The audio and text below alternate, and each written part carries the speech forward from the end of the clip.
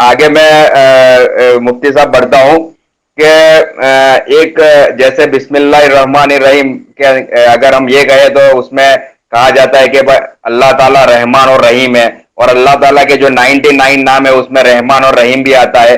तो क्या लेकिन फिर जो हमारे आर्य समाज के जो दोस्त है और हमारे कुछ हिंदू भाई भी ये सवाल करते हैं कि फिर आप बकरा ईद के ऊपर इतने सारे जानवरों को आप जबा करते हो, उनकी कुर्बानी देते हो, तो क्या अल्लाह ताला सिर्फ इंसानों के ऊपर ही अपनी रहम और एहसान करते हैं, जानवरों के लिए वो रहमान और रहीम नहीं है?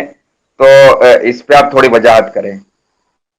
ये सवाल कोई नया नहीं है, ये सवाल बहुत पुराना है और आर्य समाज के लोग गुज़िश्ता 150 साल से ये सवाल कर रहे हैं और 150 साल में हमने हजारों मरतबा इस सवाल का जवाब दिया है।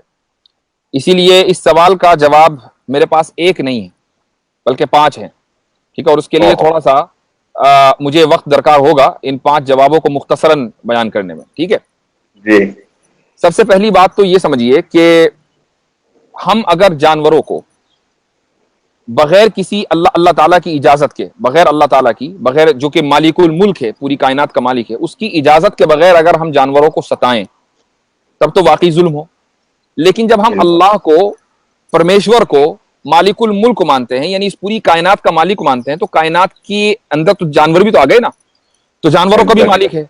अब अगर वो ये कहता है कि भाई इन जानवरों को तुम खा सकते हो और उन जानवरों को ना खाओ, इस उसकी इजाजत के बावजूद भी अगर हम उन जानवरों को हलाल न समझें तो ये बड़ा जुल्म है कि मालिक ने अलाउ कर दिया, उसके बावजूद भी हम उसको हलाल नहीं समझ रहे हैं। ये ज्यादा जुल्म है, बड़ा जुल्म है। एक तो बात ये है। दूसरी बात, दूसरा जवाब देखिए, जुल्म आपने कहा कि भाई जानवरों को खाना जुल्म है।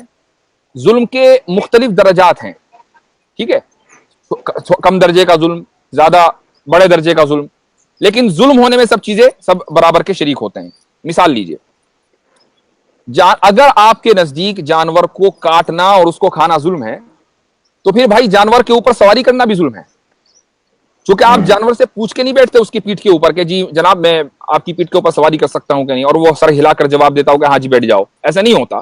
आप उसको आपने उसको खरीदा, आप उसके मालिक हैं, आप उसके ऊपर, उसकी पीठ के ऊपर बैठ जाते हैं, ये भी जुल्म का एक दर्जा है, ठीक है। उससे दूध निकालना, गाय का दूध निकालना, क्या आपने गाय से पूछा है कि जी दूध निकाल लें आज, या आज आप अपने बछड़े को पिलाएंगी? ऐसा तो नहीं होता ना। आप सिर्फ इसलिए कि मेरी मिल्कियत में ये गाय है इसलिए मैं इसका दूध निकालूंगा, महज इस वजह से आप उसका दूध निकाल लेते हैं।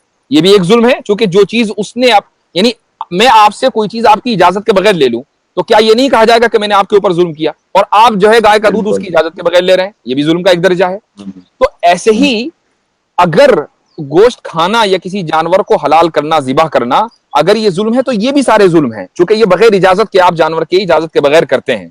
जुल्म होने में सब शरीक है। आप ये कह सकते हैं कि एक छोटा जुल्म है, एक बड़ा जुल्म है, लेकिन अगर आप छोटे जुल्म को जायज करार समझते हैं और उसको मुनासिब समझते हैं तो फिर बड़ा जुल्म जो है उसको भी जायज समझिए, ठीक है।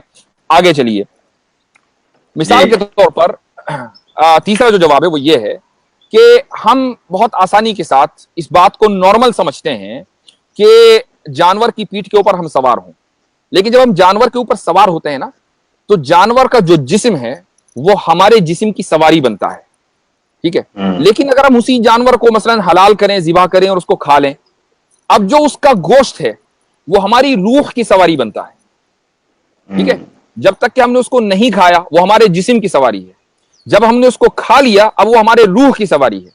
जिस्म और रूह के दरमियान अगर आप कंपैरिजन करें ना, तो रूह जो है वो हमेशा आला और यानी बुलंद चीज, पवित्र, हाँ वो ज्यादा पवित्र, उसको सटल कहते हैं, वो लतीफ है।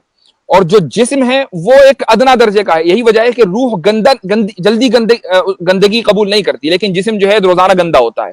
और अगर रूह गंदी होती है तो वो जिस्म के गंदा होने की वजह से गंदी होती है। तो ये चीज जानवर के लिए भी शरफ और उसकी इज्जत का बाइस है कि वो पवित्र चीज की सवारी बने, ना कि वो उस चीज की कि जिस जिस्म के ऊपर गंदगी दिन रात लगी रहती है, ठीक है। ये आपका तीसरा जवाब हुआ। चौथा जवाब सुनिए, वो लोग जो इस पर एतराज करते हैं कि जी जनाब जानवरों को जिबा करना गलत है और जुल्म है, आमतौर से ये वो लोग हैं जो अगले जन्म का अकीदा रखते हैं, ठीक है। आप भी मानते हैं कि भाई वो ये कहते हैं कि भाई हम मरने के बाद दोबारा हमारा जन्म होगा और जन्म जब तक होता रहेगा जब तक कि मुक्ति ना मिले। तो उनका यहाँ ये अकीदा है कि अगर एक इंसान अपनी जिंदगी में बुरे काम करता है और उसके कर्म जो है खराब हैं, तो अगले जन्म में वो जानवर, उसकी रूह जो है वो जानवर के जिस्म में कैद हो जाती है, पुनर्जन्म में। अगले जन्म में, ठीक है। हम्म। अब हम जब उस जानवर को ज़िबा करते हैं, तो भाई आपको तो हमारा एहसानमंद होना चाहिए कि जिस आदमी की उसके खराब कामों की वजह से रूह एक जानवर के जिस्म में कैद है, हमने उसको ज़िबा किया और रूह को जो है मुक्ति दिला दी, और जिस्म को हमने अपनी जिस्म का, उसके जिस्म को, जानवर के जिस्म को हमने अपने जिस्म का हिस्सा बना लिया। ना कि आपको इस पर एतराज होना चाहिए कि आप जो है उस यानी जो बुरे कर्म की वजह से जिसकी रूह जो है जानवर के जिस्म में ट्रैप है, हम उसको ट्रैप होने दें जब तक कि वो जानवर खुद ना मरे। हम तो उसको काट कर, उसको ज़िबा करके उसकी जो रूह है उसको मुक्ति दिलाते हैं, ठीक है। यह आपका जो है चौथा जवाब हुआ।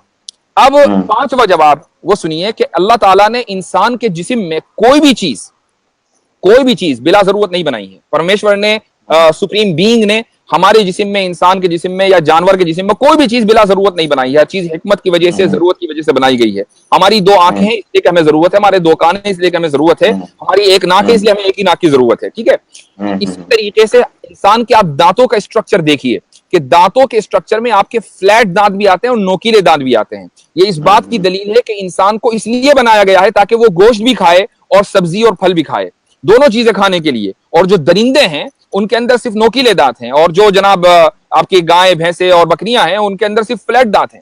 तो अल्लाह ताला ने इंसान को दोनों तरह के दांत इसलिए दिए हैं ताकि फितरतन वो दोनों तरह की चीजों को खा ले। तो अगर कोई आदमी ये कहे कि नहीं जी जानवरों को खाना तो रहम के खिलाफ है, जानवरों को खाना तो फितरत के खिलाफ है, तो वो आदमी दरअसल जो इंसान का जो बेसिक स्ट्रक्चर है और उसकी जो साइंस है उसको नहीं समझता। हाँ, इतना जरूर है कि इस्लाम ने हर तरह के जानवरों को हलाल नहीं किया है। कुछ जानवर हलाल हैं, कुछ जानवर हराम हैं, और उसकी वजह यह है कि जिन जानवरों को हराम करार दिया है, दरअसल इसलिए हराम करार दिया है कि उनकी तबीयत और उनकी सिफत का, उनके अंदर जो क्वालिटी है, खाने की वजह से वो क्वालिटी इंसान के अंदर मुंतकिल होती है। मिसाल के तौर पर खिंजीर को इस्लाम में हराम इसलिए करार दिया गया है, एक तो यह कि उसके अंदर नजासत और गंदगी है, और दूसरे ये कि उस गंदगी की वजह से उसके अंदर बेहयाई बहुत है।